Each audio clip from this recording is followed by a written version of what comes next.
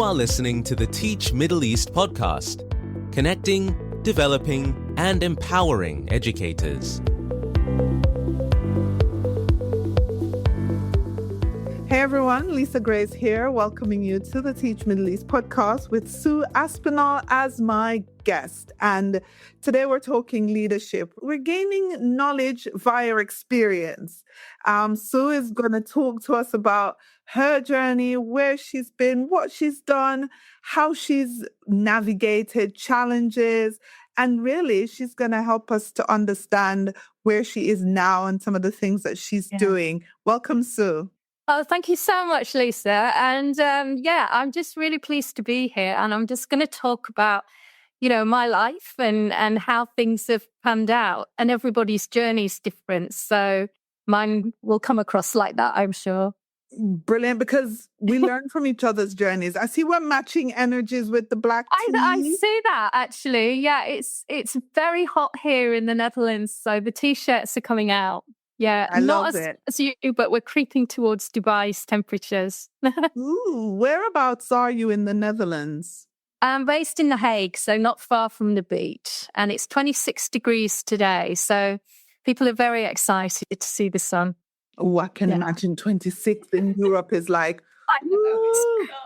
Nice. Yeah, absolutely. So, tell me, you are passionate about women in leadership. You are... your podcast is about women lead because they can, and truth is they can. They absolutely can. Yeah. But take me back to your early years. Where did you grow up, and how did you end up on the career trajectory that you are on? Wow. I grew up in the north of England, and I think the things that really shaped me was the fact that the biggest thing was that my father died when I was a teenager. So I was brought up by my mum, and there was 4 of us in the family. I was the eldest. So what came out of that was seeing my mum as a young widow being this consistent, dedicated parent, wanting the best for us in situations that, were really challenging for her in that particular context at that particular time. And what it also taught me was that, she gave me so much independence from a very early age. So that enabled me to kind of stand on my own feet, get on with my life and take the opportunities that were available for me, because I kind of knew if I didn't do it, it wasn't going to happen. And I had to do that to help her in a way as well. And so I was the first woman in my family to do A-levels and to get a degree. And also because of the financial situation in my family, I wanted to get a degree that would get me almost guaranteed work. So teaching came out of that. It was either into the medical profession, nursing or something like that, or into teaching. Those were kind of the stories that were being told to me. And I didn't ever question it, actually. I went into teaching, absolutely loved it. It was tough teaching in the north of England, because the places that I went to were schools in the inner cities of Hull, Goole, Bradford, Leeds, but I just loved the teachers that I met there and was inspired by them and was really supported. So working in really diverse, well-run schools with really great teachers as mentors really set me off on a really important pathway. And what was really interesting was that later on in her life, my mum, who was always, someone very important in my background, she went on to do her own A-levels and degree and went on to work full time. So, you never know what the influences are going to be in your family and what's going to open up. So I think that also shaped my thinking and my passion around paving your own pathway or creating your own pathway, and also opening doors and presenting options so that people coming behind you at whatever stage in life they're at have that as inspiration, really, or an opportunity. Yeah. Brilliant. It's interesting because my dad died when I was 19. Right. And I grew with my mom, who was just the strongest woman in the world. Like, she really embodied strength for me. I remember when my mom passed in 2018, and I remember when they told me that she passed away, I was like, I know grief, disbelief is a part of grief, but I literally went, nah, like, she couldn't have passed away. Like, she's super strong. Like, it was not the regular level of denial. It was more of it's just not something I can believe. I've never seen her ill. I've never seen her one day be like, oh, I can't get up and get going. Like, she was a force that tore. Like, she really was. And so I think, what do you think having that strong feminine role model did for you? I think what my mum presented for me, and actually it was her mother as well, so there was a kind of lineage there, was things happen in life, and it takes time to get over that, because I saw the pain and the shock and the time it took my mum to, I mean, for her, she's never come through that time fully. It lives with her all the time, but I saw how she managed through that time. But there was always this resilience in her, and there was always this determination that we as a family would be okay, and she would do everything she possibly could to give us opportunity. So I think what she taught me was that resilience, really. And it's kind of, when I have challenges and upsets in my own life, it's kind of like I look back at those times and think, just get over it, Sue, it puts things in perspective, I think. So that was part of it. And there was another side, is that, my mum grew up in a community where you didn't show emotion publicly or in front of your children. And now when I look back at it, I think, like, who was there for her, really? I'm sure she had somebody, but I didn't see it. And I wonder whether she had the opportunity to grieve properly in that time frame, and to be herself, and to speak and cry and ask the questions she wanted to.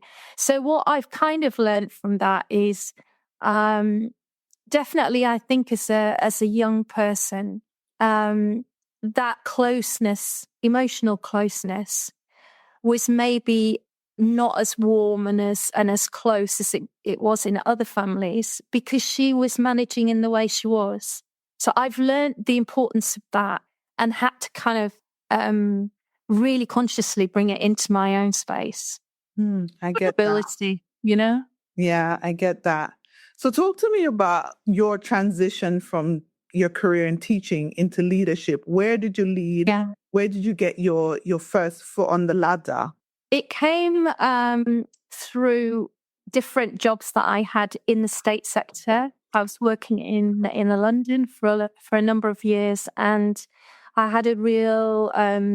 I always had people around me who invested in my career and supported me into different leadership roles. So in those days, it was things like I was musicals, so I led music, or I led a year group, or I led on professional development. And that was all prior to then going on to being a deputy. So my first deputy headship was in a school in North London. And so the rest of my leadership journey came actually from deciding to go and work internationally.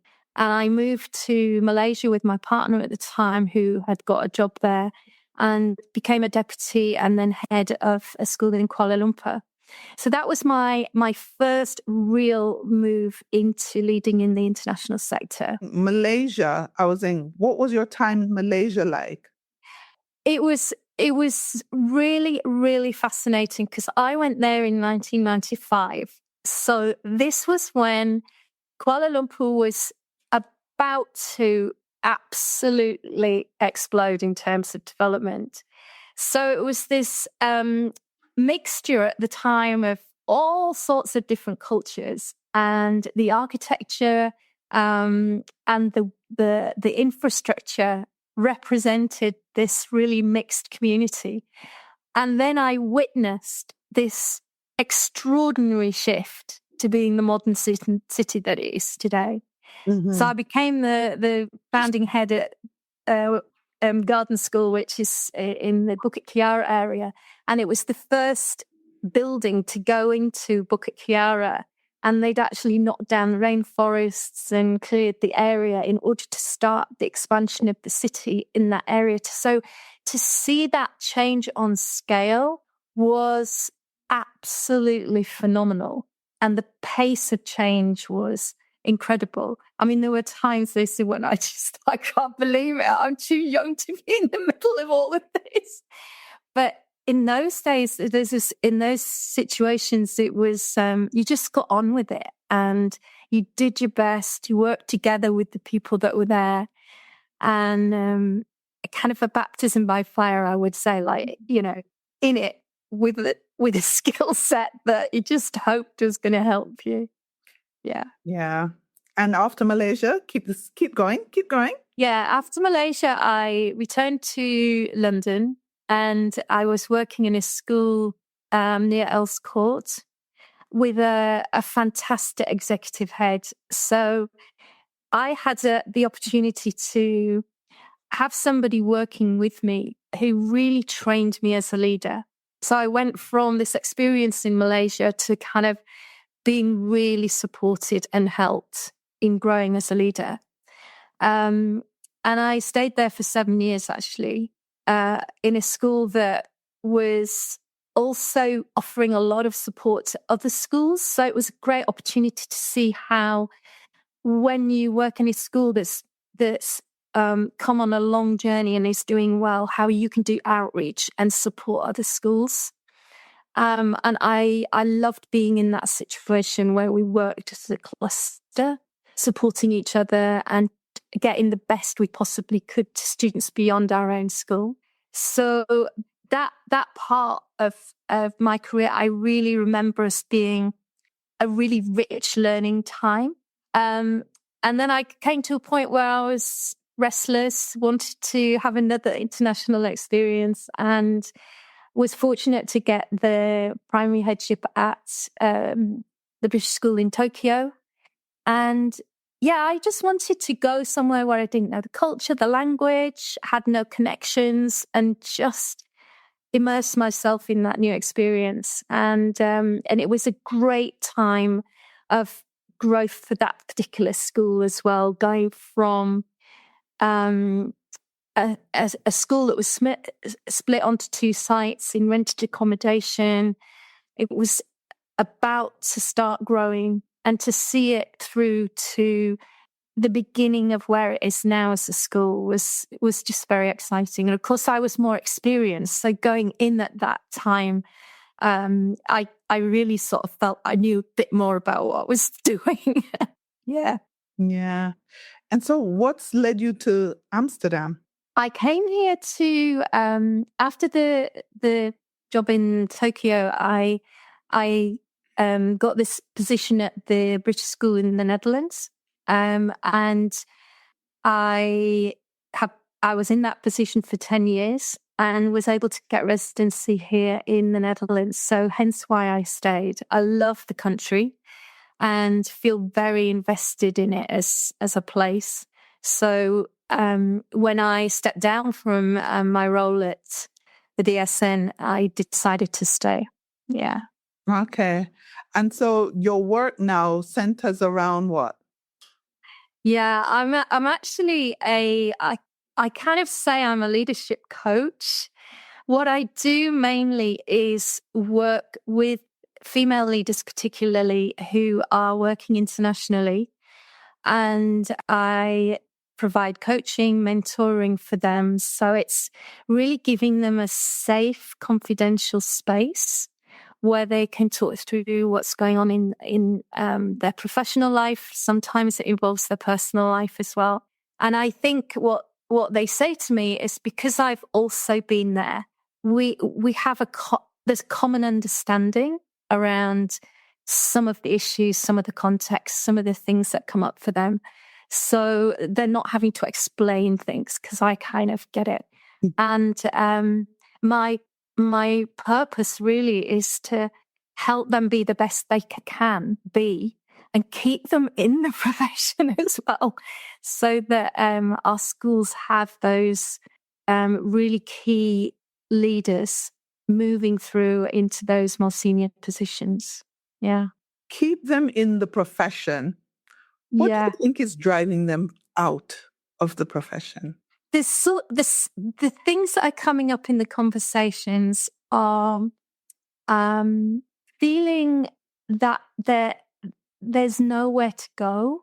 So I interpret that as possibly there's a mismatch in investment in them. And that's particularly in their particular schools. So a lot of what I'm starting to do is support these people in how to ask for help and where to ask for it, and how to spread their profile if it's not happening in their own context, in their own school. So I think that's one. Another thing that I've come across is that when a leader has had a particularly difficult time with a line manager or a colleague close to them and has felt sort of unsupported, unbacked, the emotional response to that sometimes has been, I've just got to get out of here. So again, what I've been working through with them is strategies to try and manage that emotional reaction, to give different perspectives on what may have happened, and then to support with the gained confidence to go back to have a different sort of conversation rather than leave. So it's that. And then the other thing is that I didn't realize, but I think I'm probably in a small group in terms of head teachers who stayed for the longer term. So my 10 years have been 6 years, 7 years, 10 years. And I just do that because I really love those initial years when you're building a team and you're really starting to drive change and move the school forwards. And then I like to stay to make sure that it's embedded, it's part of the culture, it's part of the way that school does what it does. And you've got a succession plan ready to hand that on to the next person. And the more work that I do on the coaching side, the more that I realize that that's not the regular pattern across a lot of the areas globally. And there could be some impact on that in the short term and in the long term, with regular turnover in those more senior positions. So it's kind of working with colleagues who are in an assistant head, deputy head teacher level, to see to make meaning out of another contract or extending their stay. Yeah. Who seeks that help? Is it the school that seeks you out to help there, or is it the individual themselves who will be like, you know what, I think I need some help here, coach, someone to guide me? Who's doing the seeking? In all of the cases that I'm working with, the individual's doing the seeking. And they're paying for it themselves or claiming it back later. So, they're coming to me because they've maybe been recommended me, or we've worked together in the past, or they've heard, or what have you. But they're needing somebody outside of context who they feel they can trust and just share everything with in order to try and unpick what is going on for them. Yeah. Should schools be paying for this, especially international private schools? I would say yes. I think it's a respectful part of a leader's own personal development. But I think that around that offer needs to be some really careful agreements around confidentiality, around how it's perceived. Because I think some of the people that I'm coaching have said that it's still perceived as a weakness if you ask for funding for coaching. So Why? yeah, it's in individual cases, but it's and also in their perception. So they're worried that if they go and ask for it, then there might be a perception that they're struggling and that be seen as a negative. So it's kind of in the system still. Yeah. I wonder when it comes to schools sort of like paying for it, if they think that it would have maybe, I don't know, not immediate ROI. You know how everything in private education or international private education is all pinned to some KPI of some sort. And I'm wondering if that's why schools are like, nope, we're not paying for coaching for leaders because we don't see an immediate ROI. I just absolutely agree that that's maybe where it's if it's coming through from the HR department and you've got colleagues in there who've not necessarily understanding the coaching, what it's about, they'll automatically link it to an outcome, performance outcome. Whereas the organizations that see it as part of personal growth, then they're more likely to pay for it and there'll be clear agreements of confidentiality. Yeah. I think in recent years, something I've observed is that there is an increased number of coaches, like a plethora. Yeah, how do you identify a good one? The first thing that I would say is that you need to look at the qualifications, because there are people who've just done a short course and then entered coaching. So, for example, in my case, I did do a fully registered coaching program and got certified through that school, and then became a certified coach with the International Coaching Federation, which is a quality assurance, a global quality assurance. And I think what's really important about that is that anyone who then is looking for a coach, they know that the coach has bought into the ethics of that particular federation.